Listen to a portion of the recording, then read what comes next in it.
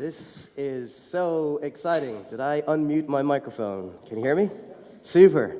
Thank you so much for having me. So some of these ideas I'm about to share are borrowed or informed. They're not necessarily original, just like a lot of my life. But there was an American friend, son to security personnel at the U.S. Embassy. We played badminton together, and he drove a big white truck to school. There was my lanky Australian friend, son to the Australian ambassador. His tennis court was much nicer than mine, and whose garden required a fleet of gardeners. My little garden required one old gentleman that we called Seguru. That was my friend from Burkina Faso. Exactly where? He was smart, ambitious, athletic. My Japanese friend, whose mother packed him the most amazing lunchboxes. Everything was positioned just perfectly. He never spoke a word of English, but he played the saxophone really well. And then my Dutch friend, who was born to UN family, posted to random countries. He's only 5 of the 100 or so classmates and schoolmates that I grew up with as a child. Group assignments are hard. Imagine doing it with people from different corners of the world, with totally different attitudes to work, and in a strange context, in a far and forgotten land, Harare, the capital of Zimbabwe. The son of a diplomat, I've lived in 10 countries, and Ireland is the 10th. And there's a question that people have asked me a whole life, and they haven't just asked me, it plagues me. It's the question, where are you from? They always ask me, where am I from? Well, that's part of the answer over there. So I hesitate every time someone asks me that question because I'm not sure if they want to know a location history of the places I've grown up in, or if they just want a polite one-line answer. If it is based on accent, probably America, specifically East Coast. If it's based on skin color and passport, India. If it's based on birthplace, United Arab Emirates. If it's based on music I listen to, the Deep South, hopefully a nice black church. If it's based on the place I feel the most comfortable, Heathrow Airport. And if it's based on where I've lived the longest, it's here, Ireland. So the first thing I want to say is home is not a place, it's a work in progress. As humans, we find safety in tribes and cultures and nations, but these are all human creation. They're not eternal, they're not singular, they're not abstract, they're not fixed. They're not absolute, they're not fixed, they're not constant. They appear and disappear, fail and succeed, they grow and they shrink. And so I don't get why we place so much importance in being affiliated to something like that. And I have, as a result, part out of necessity because of my upbringing, but also out of intention, I've undefined myself beyond the limitations of country. Second, home is less about a piece of soil and about a piece of soul. Where are you from? India?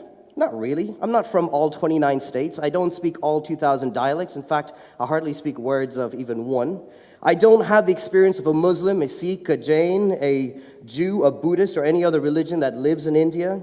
I had an experience in New Delhi as a primary school student. I had another experience a decade later working for World Vision, a humanitarian agency, living in a suburb in South Delhi, surrounded by an expat community. These are the places that shape my experience, and my experience is where I'm from. I'm not a national of India, and I listened to an amazing TED Talk where she clarified this, because I don't have an experience with all of India. I'm not multinational either. I am a local, and in fact, I'm multi-local.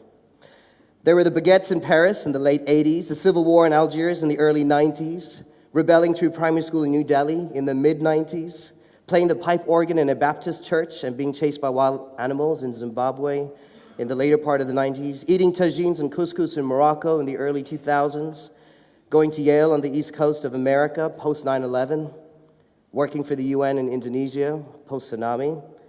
So a question where you're from might help locate me, but it doesn't really describe me. Which brings me to my third point. Home is not where you're from, it's where you're going, it's where you're becoming.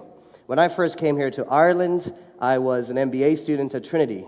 Fast forward 4 years, now celebrating my 5th year here in Ireland. I'm an entrepreneur, I'm a radio presenter, a lecturer, a singer, a pianist, a failing saxophone player, a failed blogger, an aspiring TV presenter, a host and MC to startup events like the Web Summit that just took place, advisor to the government, a proud chocoholic, a housemate to 4 wonderful people, some who are in this room, a worship leader with a band called Without Walls, whoop, whoop, an enthusiast of my new Audi TT, a person who prefers watching Friday Night Lights on a rainy night, or worse still, the X Factor, rather than going out, and someone who's afraid of getting older. These are the experiences that make me. These are experiences that shape me. People used to be born into a home, a community, a place, a preconceived notion of us versus them, and enmity.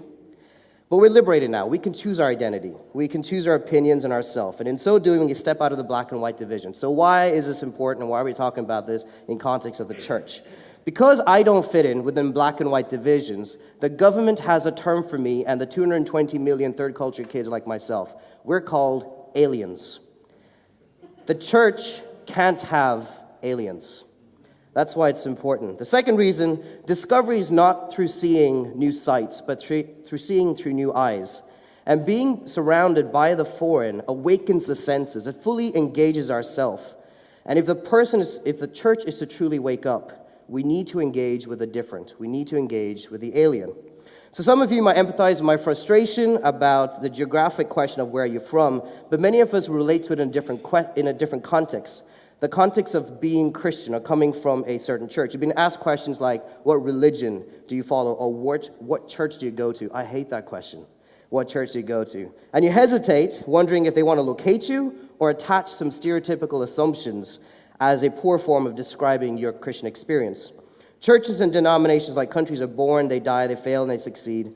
And while we find comfort being associated with denominations, they're limited in describing our experience. When we say we're Christian, we're not all referring to the same understanding of God, the same expression of worship, the same experience of grace, of love, of joy, of community. When we say we're Christian, none of us have had an experience with the breadth and width and depth of being Christian. The term is limiting. It doesn't accurately describe our experience as Christians. We need a new language. Think back to Sunday school and the people that informed and shaped your first opinion of being a Christian. Think to youth group and the experience you might have had at camps and how that changed things, the worship experiences. Think about the first time someone said something like, the Bible's outdated, Jesus is anti-gay. You can't believe that, you're narrow-minded. The first time you met a biblical literalist and everything in your brain said they were crazy, but everything in your heart wished you had a similar zeal, or not. Think back to your response during the referendum and having to defend a faith or distance yourself. Consider the struggles and doubts in your own mind as adults now. Our faith journey is complex. But more than that, our faith journey is rich. This complex upbringing as a local of many cities makes me multi-local, but also capable of holding multiple viewpoints in tandem, sometimes even opposing viewpoints. And part of my struggle in identifying just as Christian is it doesn't give me the same luxury. And I think it might be true for you too. Being Christian doesn't describe your political leaning, your fashion sense, what music you listen to, what movies you like, your sexual orientation. Being Christian is not being about pro-choice or pro-life, it's about being pro-voice. The beauty in holding multiple views and opinions in complicated balance because the issues themselves are complicated. So takeaways, 3 of them. We are complex and our faith is complex. 2, our labels don't describe and shouldn't prescribe our Christian experience.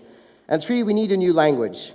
How do we portray our experiences in the church? Just as I am multi-local, what word can we use to describe our diverse experiences, expressions, and expectations of our faith journey? And this is important because locality bespeaks humanity. The more we know about the context of the person, the better we can relate to them. All of us are multi-local, multi-layered. We should start our conversations by acknowledging the complexities and intricacies if we're truly to be one body.